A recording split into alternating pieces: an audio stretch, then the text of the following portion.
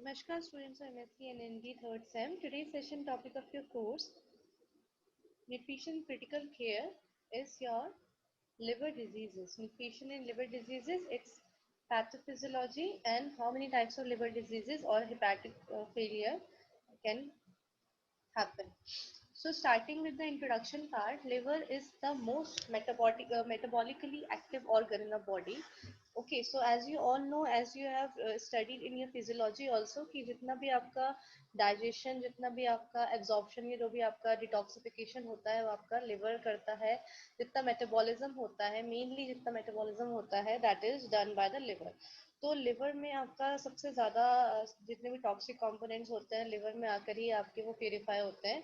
तो liver have to be very healthy for that. Okay, so what happen अगर आपको कभी लिवर हेपेटिक फेलियर ऐसा आपका टॉपिक यहाँ पे है, हेपेटिक फेलियर अगर होता है तो कौन कौन सी कंडीशन आती है. तो first you have to be remember कि एक तो जहाँ बात आती है हेपेटिक की, तो hepatic in biological language liver is use hepatic term is use for describe the liver. ठीक है, तो हेपेटिक या हेपेटिक सेल्स कहीं भी अगर आ रहे हैं तो it means about the liver. ठीक है, वो लिवर के बारे में पूरी बात होती है. और अब हम यहाँ पे पढ़ेंगे कि आपके कौन कौन से हेपेटिक फेलियर डिजीज हो सकती हैं. तो इसमें फर्स्ट तो आपका फैटी लिवर है. फैटी लिवर कैसे होता है आपका, तो इसमें आपका जो फैट होता है वो आपके लिवर टिश्यूज में एक्यूमुलेट हो जाता है. और जनरली जो फैट इसमें एक्यूमुलेट होता है आपका, that is your very low density lipoprotein. So as you all know कि very low density lipoprotein is very harmful. ठीक है, ये आपका जो मतलब इसका जो आपका स्ट्रक्चर होता है वो आपका लार्ज मॉलिक्यूल होता है इसमें फैट का, तो इसलिए ये आपकी मतलब टिश्यूज को हार्म करता है.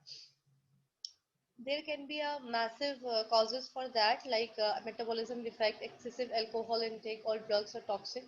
So there can be a large of factors. Other than fatty liver आपका इसका जो और प्रॉब्लम जो आती हैं इसमें आपकी सेकेंड आपकी आती है हेपेटाइटिस की. लिवर डिजीजेस में हेपेटाइटिस आपका वायरल इन्फेक्शन होता है and it can be viral infection and transmitted by the virus, that is hepatitis A B C D and ई.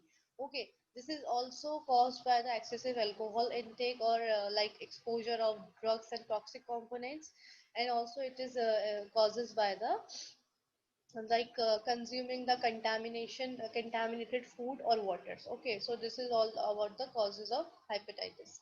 तो हेपेटाइटिस आपके वायरस के अकॉर्डिंग अलग अलग होते हैं. मेनली आपके hepatitis A hepatitis B virus होता है. जो हेपेटाइटिस ए वायरस होता है वो आपका ओरल फीकल ओरल ट्रांसमिशन के थ्रू स्प्रेड होता है. एंड हेपेटाइटिस बी जो होता है वो सेक्सुअल कॉन्टैक्ट से या फिर मदर टू इन्फेंट से या इन्फेक्टेड ब्लड और निडल शेयरिंग से भी आपका ट्रांसमिशन होता है. अदर देन हेपेटाइटिस अगर हम बात करें आपकी लिवर डिजीजेस की, तो आपका इसमें आता है cirrhosis. Okay, cirrhosis is your last stage of any, like when the liver disease is like chronic. Okay, this is the last stage of your chronic liver disease. So that causes into cirrhosis. Cirrhosis में आपके जो liver functions होता है, liver failure होता है, वो impaired हो जाता है. ठीक है, impaired in liver failure. और जबकि लिवर सेल्स होते हैं, हेपेटिक सेल्स होते हैं, they are like damage, totally damage हो जाते हैं. ठीक है, और इसके कॉन्सिक्वेंसेस बहुत सारे हो सकते हैं, जैसे मेटाबॉलिक डिस्टर्बेंस हो सकता है, बाइल ऑब्स्ट्रक्शन हो सकता है, और आपका fluid accumulation in blood vessels, ये सब इसके कॉन्सिक्वेंसेस हो सकते हैं. It can leads to various type of consequences. Other than this अगर हम सिरोसिस में बात करें तो इसमें एसाइटिस हो जाते हैं. एसाइटिस क्या होता है, जब आपके एब्डोमिनल कैविटी में लार्ज अमाउंट में फ्लूइड का एक्यूमुलेशन हो जाता है. ठीक है, it is also indicated the liver damage. तो लिवर डैमेज इसमें होने के चांसेस रहते हैं आपके, मतलब क्रॉनिक प्रॉब्लम है तो कम्प्लीटली लिवर डैमेज होने के चांसेस रहते हैं सिरोसिस में आपके. और इसमें अमोनिया का लेवल भी जो होता है सिरोसिस की प्रॉब्लम में, जैसे एज यू ऑल नो कि आपका जो लिवर होता है उसमें आपका अमोनिया साइकिल चलती है, इट इज नाइट्रोजन साइकिल चलती है, जिसमें आपका अमोनिया जो टॉक्सिक होता है वो आपका untoxic material, that is your urea, तो उसमें कन्वर्ट होता है. ठीक है, बट जहाँ आपका लिवर टिश्यूज डैमेज है तो वहाँ आपका ये जो आपका जो कन्वर्जन हो रहा है, जो नाइट्रोजन साइकिल चल रही है, वो इतनी एफिशिएंटली नहीं चल पाती है, जिसकी वजह से अमोनिया का लेवल भी बॉडी में बढ़ता है and can create the toxicity among the body. Then जो मेन प्रॉब्लम इसमें देखी जाती है सिरोसिस में, वो आपकी रिलेटेड टू न्यूट्रिशन, मान नरिशमेंट की देखी जाती है, क्योंकि पेशेंट्स जो होते हैं सिरोसिस के they are possibly cause of malnutrition, ठीक है, मतलब कि आपका न्यूट्रिएंट इंटेक रिड्यूस हो जाता है, न्यूट्रिएंट लॉसेस हो जाते हैं, तो माल नरिशमेंट के चांसेस आपके क्या होते हैं, इंक्रीज होते हैं।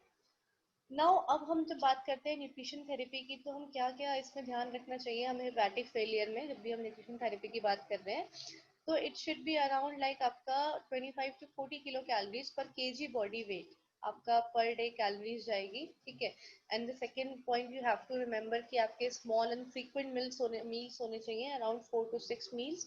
ओरल सप्लीमेंट्स इसमें ज़्यादा से ज़्यादा होने चाहिए जितने हो सके, ठीक है। अब प्रोटीन की अगर इंडिविजुअल हम न्यूट्रिएंट की बात करें, तो प्रोटीन जैसे आपका 1 से लेके 1.5 ग्राम पर केजी बॉडी वेट आपका प्रोटीन जाना चाहिए, और प्रोटीन जो देंगे वो आपके एसेंशियल्स और आपके हाई क्वालिटी प्रोटीन्स होते हैं वो इसमें देंगे।